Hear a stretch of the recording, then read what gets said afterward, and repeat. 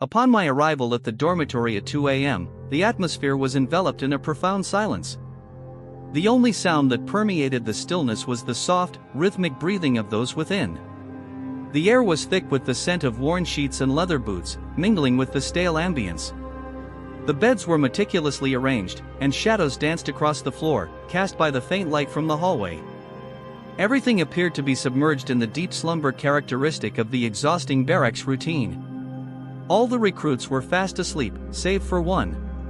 His vigilant eyes sparkled in the darkness, and as soon as he noticed my entrance, he slightly tilted his head, assessing whether anyone else was awake. It was just the two of us in the heavy silence of the night. He then locked eyes with me and winked, a bold gesture laden with provocation, a silent challenge. My immediate reaction was to reprimand him, to strip away that audacity through rules and discipline, to remind him of my authority. However, an alternative thought emerged, one that was far more compelling and intriguing. On that day, I found myself contemplating an action I had never before entertained. At 45, with 27 years devoted to the barracks and a solid 20-year marriage, I had never strayed or given cause for suspicion. My life had been one of strict discipline, devoid of impulses. Yet, that night, something shifted within me at the moment he winked, the clear implication in his gaze. My instinct was to dismiss it, to uphold my stern demeanor, but for some inexplicable reason, my body reacted before my mind could intervene. I made a subtle gesture with my hand, beckoning him silently, careful not to disturb anyone else. I was acutely aware of my intentions, I understood what he desired, and more importantly, I recognized that I desired it as well. From the very first day in the barracks, his glances toward me had been distinct, different from the respectful fear exhibited by the other recruits or merely the defiance of a rebel challenging authority. It was something deeper, more intense. Yet, all this time, I had done what any man in my position ought to do. I had ignored it, remaining steadfast, for in that environment, any sign of weakness was utterly unforgivable. That evening, I found myself disregarding the constraints of propriety. My marriage, once a source of comfort, had devolved into a monotonous routine devoid of excitement. However, the unforeseen circumstances of that night, the unspoken exchanges in the dimly lit dormitory, rekindled a long-buried passion within me. Without a moment's thought, I exited the dormitory, my heart racing in a manner I had not experienced in years. Behind me, he rose, donning a well-worn white tank top with deliberate slowness. He followed closely, his light footsteps echoing softly against the cold floor, the muscles in his arms subtly shifting in the low light as he adjusted his shirt. I felt no need to glance back, I could sense his smile. I continued my departure from the dormitory, my heart thumping in my chest, my hands clenched tightly as if trying to restrain something that threatened to escape. The chill of the night air contrasted sharply with the warmth surging through me. I walked purposefully, unwavering, until I reached the rear of the M1 Abrams, a formidable steel structure that provided the perfect cover and seclusion for what was to unfold. Here, we would remain unseen, our actions unanticipated. He followed me without question, his steps quiet yet purposeful. As he drew nearer, I halted and looked down at him, feeling the palpable tension in the air between us. I kept my voice low and steady, conveying only what was necessary. "This is what you desire, isn't it?" I left the invitation open, devoid of commands or regulations, merely offering implicit consent within the space I had established. He did not hesitate. Without delay, he knelt before me, his eyes glimmering in the faint light filtering from the base. My hand instinctively found its way to his head, guiding him with a firm touch. The warmth of his mouth, coupled with the caress of his hand, stirred feelings within me that had lain dormant for years. The intensity of the moment was new and exhilarating, prompting me to close my eyes briefly, inhaling deeply and savoring every sensation. That evening, I found myself disregarding the constraints of propriety. My marriage, once a source of comfort, had devolved into a monotonous routine devoid of excitement. However, the unforeseen circumstances of that night, the unspoken exchanges in the dimly lit dormitory, rekindled a long-buried passion within me. Without a moment's thought, I exited the dormitory, my heart racing in a manner I had not experienced in years. Behind me, he rose, donning a well-worn white tank top with deliberate slowness. He followed closely, his light footsteps echoing softly against the cold floor, the muscles in his arms subtly shifting in the low light as he adjusted his shirt. I felt no need to glance back, I could sense his smile. I continued my departure from the dormitory, my heart thumping in my chest, my hands clenched tightly as if trying to restrain something that threatened to escape. The chill of the night air contrasted sharply with the warmth surging through me. I walked purposefully, unwavering, until I reached the rear of the M1 Abrams, a formidable steel structure that provided the perfect cover and seclusion for what was to unfold. Here, we would remain unseen, our actions unanticipated. He followed me without question, his steps quiet yet purposeful. As he drew nearer, I halted and looked down at him, feeling the palpable tension in the air between us. I kept my voice low and steady, conveying only what was necessary. "This is what you desire, isn't it?" I left the invitation open, devoid of commands or regulations, merely offering implicit consent within the space I had established. He did not hesitate. Without delay, he knelt before me, his eyes glimmering in the faint light filtering from the base. My hand instinctively found its way to his head, guiding him with a firm touch. The warmth of his mouth, coupled with the caress of his hand, stirred feelings within me that had lain dormant for years. The intensity of the moment was new and exhilarating, prompting me to close my eyes briefly, inhaling deeply and savoring every sensation. A firm tone was necessary as I instructed him to return, emphasizing that this matter must remain confidential. If anyone were to discover it, there would be serious consequences. My words carried authority, but they also conveyed an underlying tension that lingered between us. He did not question my directive, instead, he nodded, his eyes shimmering in the dim light. Without hesitation, he rose, adjusted his tank top, and walked back to the dormitory, his silent footsteps merging with the darkness of the night. I remained there for a few moments, isolated behind the armored vehicle, feeling the weight of the recent events. My heart raced as my mind struggled to comprehend the situation. This incident should never have occurred, yet it had, and there was no way to reverse it. Days passed, but the image of that moment remained etched in my mind. Each time I encountered him, I felt the gravity of our encounter behind the armored vehicle. He continued to look at me in the same manner, albeit now with more subtlety, nothing overt, nothing that could arouse suspicion. However, I was aware that he would eventually approach me. One day, he did so with a discreet tone, yet his words were laden with intent. "Sir, I need to talk to you." I glanced around to ensure no one was observing us and replied in a quiet, expressionless manner, instructing him to meet me at the same location and time. Curiosity gnawed me. What could he want? Had he regretted our previous encounter, or was there something else on his mind? When the time arrived, I moved discreetly, pretending to conduct a routine patrol. Although it was not my responsibility, I required a plausible excuse should anyone inquire. I walked slowly, scanning the perimeter as if I were vigilant for unusual activity, while in reality, my thoughts were solely focused on him. Upon my arrival, he was already there, leaning against the tank, seemingly anxious.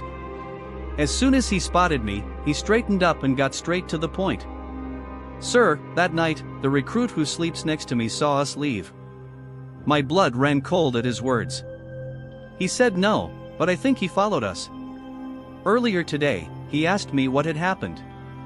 I managed to provide an excuse, but I am uncertain if he believed it. My stomach churned. This was going to create a significant problem.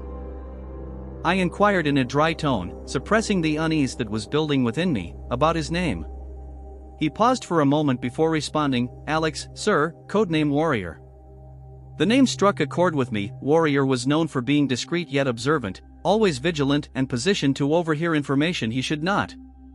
He was a perilous individual for anyone harboring secrets. I inhaled deeply, maintaining an impassive demeanor. "Leave it to me, I will manage it," I stated.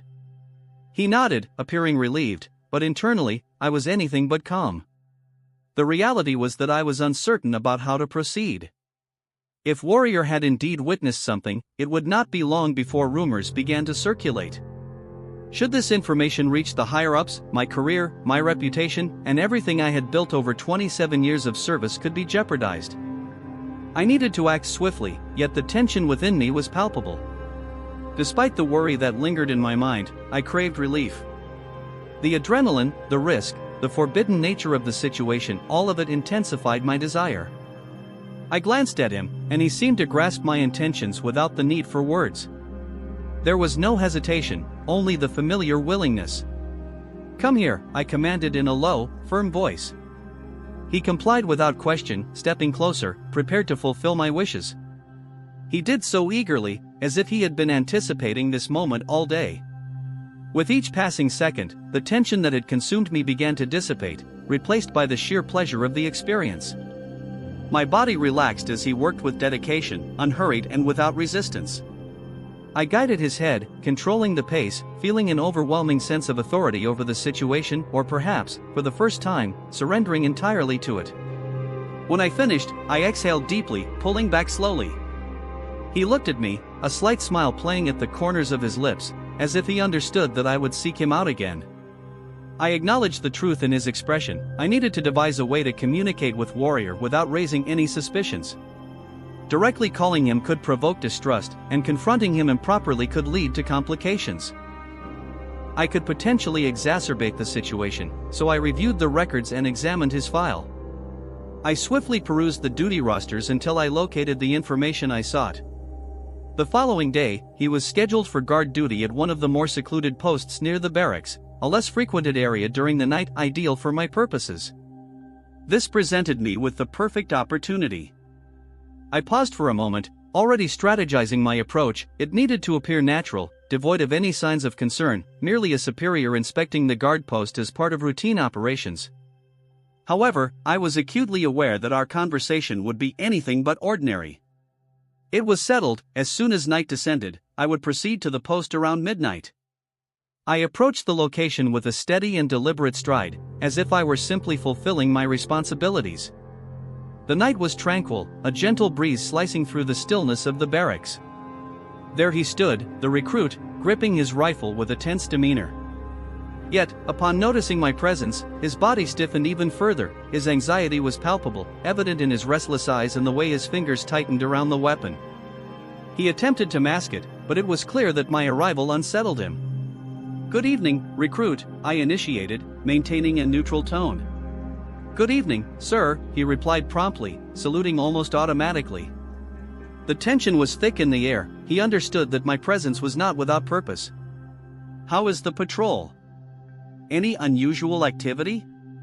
I inquired, noting the way he swallowed hard before responding. "All clear, sir." I needed to transition into the subject matter seamlessly, avoiding any indication that this was an interrogation. Thus, I opted to prolong the conversation, as if adhering to standard protocol. "It's a lengthy shift. The night watch is always the most challenging. Have you acclimated to the night schedule?" He nodded quickly, still visibly uneasy. I could sense the weight of my presence bearing down on him. He recognized that this was not mere small talk. Gradually, I would guide him to where I wanted the conversation to lead. He simply needed to lower his defenses. I was determined not to meander around the topic. Patience was not an option in this scenario. I crossed my arms and fixed my gaze on him, unwavering. "Recruit, I understand you followed me and Recruit Martin on one of these nights. What did you observe, and what prompted you to follow us?" His complexion drained of color, and his grip on his rifle tightened, as if it could somehow quell his anxiety. "I apologize, sir," he murmured, lowering his eyes slightly, his voice taut. "I didn't intend to." My expression remained unchanged. I was determined not to let him evade accountability with a vague response. I stepped closer, maintaining a steady tone that emphasized my authority. "What did you see?" He swallowed hard, hesitating for a moment before finally confessing, "I saw everything, sir." For an instant, time seemed to freeze as the gravity of his admission struck me like a thunderclap. There were no lingering doubts or uncertainties. He had witnessed every detail. I needed to act swiftly, keeping my gaze fixed on him to mask any immediate reaction. "And why did you follow us?" I inquired, my voice resolute, revealing no hint of emotion. The recruit hesitated again, his eyes darting to the side before he finally confessed, "I wanted to watch, sir." This revelation took me by surprise, not due to the content of his statement, but because of the straightforwardness with which he delivered it. No hesitation, no excuses, he simply accepted it. I crossed my arms, scrutinizing every nuance of his expression. He was indeed nervous, yet there was an undercurrent of anticipation, as if he were testing the limits of our dialogue. "What were your thoughts?" I asked, feigning only a mild curiosity. He inhaled deeply before responding, "I liked it, sir." I wanted to, but I didn't want to interrupt you, so I returned to the dormitory. The manner in which he articulated this, without faltering or averting his gaze for too long, indicated that his intentions extended beyond mere observation. He desired more. Now, he laid that information bare, awaiting my response. He expressed it clearly in my thoughts. His mind worked swiftly, and he was clearly intrigued. It was merely the two of us in that secluded location, far removed from any inquisitive gazes. To be candid, I could not overlook the fact that he was quite an attractive individual, with a well-defined physique and a confident demeanor that suggested he was fully aware of his desires. A surge of excitement coursed through me, and at that moment, I saw no reason to delay. I took a seat, maintaining my focus on him to gauge his response. Then, with the same assertiveness as always, I instructed him to approach. "Come here, recruit. Tonight, it is your turn." A slight smirk appeared at the edge of his lips. Without a moment's hesitation, he set his rifle aside, his gaze unwavering as he drew closer. He knelt before me, fully aware of what was to come. As he began, I exhaled deeply, feeling my body relax instantly. The intensity of the moment enveloped me, and a thought crossed my mind: he would be unable to disclose anything now, as he had become part of the secret himself. Once we concluded, I took a moment to catch my breath and straightened my posture, regaining my serious demeanor. I looked directly into his eyes, leaving no room for ambiguity. "This stays between us," I stated firmly. He understood without hesitation. "Understood, sir," he replied decisively. The way he articulated it, without faltering or displaying any doubt, provided me with the reassurance I sought. He recognized the necessity of confidentiality. I rose, adjusted my uniform, and exited as if nothing had transpired. My steps were steady and controlled, and with each stride I took away from him, my confidence solidified. Everything would proceed smoothly. The following week, I ensured that both of them were scheduled for the same shift at the most isolated guard post. It was an ideal arrangement, remote, devoid of activity, and far from prying eyes. I awaited midnight's arrival and, without prior notice, made my entrance. Upon seeing me, both of them tensed, not out of fear, but rather anticipation. I was aware of their desires, and that evening, I decided to deepen the experience. I allowed them to indulge, and we progressed to a new level, if you catch my drift. This marked the beginning of my exploration into a realm I had never envisioned. Should you wish to learn all the intricate details of that night and beyond, please refer to the link provided in the description. Remember to show your support by liking this, as this is merely the start. Best wishes, and I look forward to connecting again soon. Sincerely, Hades.